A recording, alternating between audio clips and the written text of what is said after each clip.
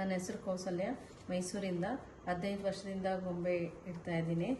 ಇದೊಂದು ನನಗೆ ಅಭ್ಯಾಸ, ಮತ್ತು ಯಾವ ಥರ ಇಡಬೇಕು ಬಿಗಿನರ್ಸ್ಗೆ, ಆಮೇಲೆ ಪರ್ಚೇಸ್ ಹೆಂಗೆ ಮಾಡಬೇಕು, ಒಂದು ಗೊಂಬೆಗೆ ಒಂದೇ ಗೊಂಬೆ 2 ಗೊಂಬೆ ಯಾವ್ಯಾವ ಡಿಫ್ರೆನ್ಸ್ ಇದೆ ಆ ಗೊಂಬೆಗೆ. ಇವಾಗ ಚಾಮುಂಡಿ ಇರುತ್ತೆ, ಅದು ಇನ್ನೂ ಒಂದು ಚಾಮುಂಡಿ ಅದು ಒಂದೇ ಅಟ್ಯಾಚಲ್ಲಿರುತ್ತೆ. ಅದಕ್ಕೂ ಇದಕ್ಕೆ ಏನು ಡಿಫ್ರೆನ್ಸು ಅಂತ ಈ ಸಲ ತೋರಿಸ್ತೀನಿ ನೋಡಿ. ಚಾಮುಂಡೇಶ್ವರಿ ಈ ಕೈಗಳೆಲ್ಲ ಸಪ್ರೇಟ್ ಇದೆ. ಇದಕ್ಕೆ ಈ ಥರ ಸಪ್ರೇಟ್ ಕೈ ಇದ್ದರೆ ಇದಕ್ಕೆ ತುಂಬ ಎಕ್ಸ್ಪೆನ್ಸಿವ್. ಅದೇ ನೋಡಿ, ಇಲ್ಲಿ ಗಾಯತ್ರಿ ದೇವಿ ಇದೆ, ಇದು ಒಂದೇ ಇದರಲ್ಲಿ ಅಟ್ಯಾಚ್ ಆಗಿದೆ ನೋಡಿ, ಕೈಗಳೆಲ್ಲ ಅಟ್ಯಾಚ್ ಆಗಿದೆ, ಫೇಸು.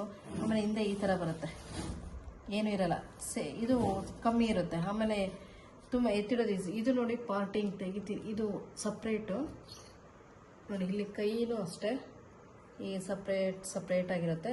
ಇದನ್ನು ಯಾವ ಥರ ನಾವು ಇಡಬೇಕು ಜೋಪಾನವಾಗಿ ಅಂತ ಅದು ಹೇಳ್ತೀನಿ. ಈ ಥರ ಪೇಪರ್ ಚಿಕ್ಕದ ಪೇಪರ್ ತೊಗೊಂಡು ಅದನ್ನು ಒಂದೊಂದು ಇದಕ್ಕೂ ಕೈಗೆ ಈ ಥರ ಸುತ್ತಿ ಇಡಿ. ಯಾಕಂದರೆ ಇದು ತಂತಿ ಇರುತ್ತೆ, ಯಾಕಂದರೆ ತುಂಬ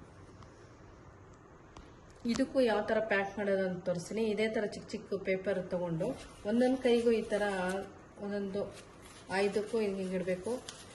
ಎಲ್ಲ ಒಂದೊಂದು ಪೇಪರಲ್ಲಿ ಸುತ್ತಕೊಂಡು ನೋಡಿ ಈ ಥರ ಪ್ಯಾಕಿಂಗ್ ಮಾಡಬೇಕು. ನಾನು ಒಂದು ವಿಡಿಯೋದಲ್ಲಿ ಸಪ್ರೇಟ್ ಪ್ಯಾಕಿಂಗ್ ಹೆಂಗೆ ಮಾಡೋದು ಅಂತ ತೋರಿಸಿದ್ದೀನಿ.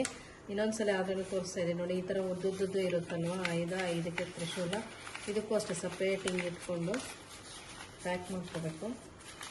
ಯಾಕಂದರೆ ಅದು ತಂತಿ ಇರುತ್ತೆ, ಬೆಂಡ್ ಆಗಿಬಿಡುತ್ತೆ. ಆಮೇಲೆ ಇದು ಅಷ್ಟೇ ಕೈಗೆ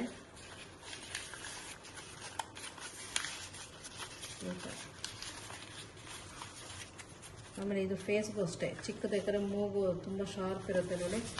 ಆ ಮೂಗಿಗೂ ಅಷ್ಟೇ ಈ ಥರ ಇಟ್ಕೋಬೇಕು. ಈ ಕಡೆನೂ ಅದೇ ಥರ ಪ್ಯಾಕ್ ಮಾಡ್ಕೋಬೇಕು. ಎಲ್ಲ ಪ್ಯಾಕ್ ಆದಮೇಲೆ ದೊಡ್ಡ ಶೀಟ್ ತೊಗೊಂಡು ಈ ಥರ ಫುಲ್ಲು ನಾವು ಸುತ್ತಬೇಕು. ಸುತ್ತಬಿಟ್ಟು ಚೆನ್ನಾಗಿ ಪ್ಯಾಕ್ ಮಾಡಬೇಕು.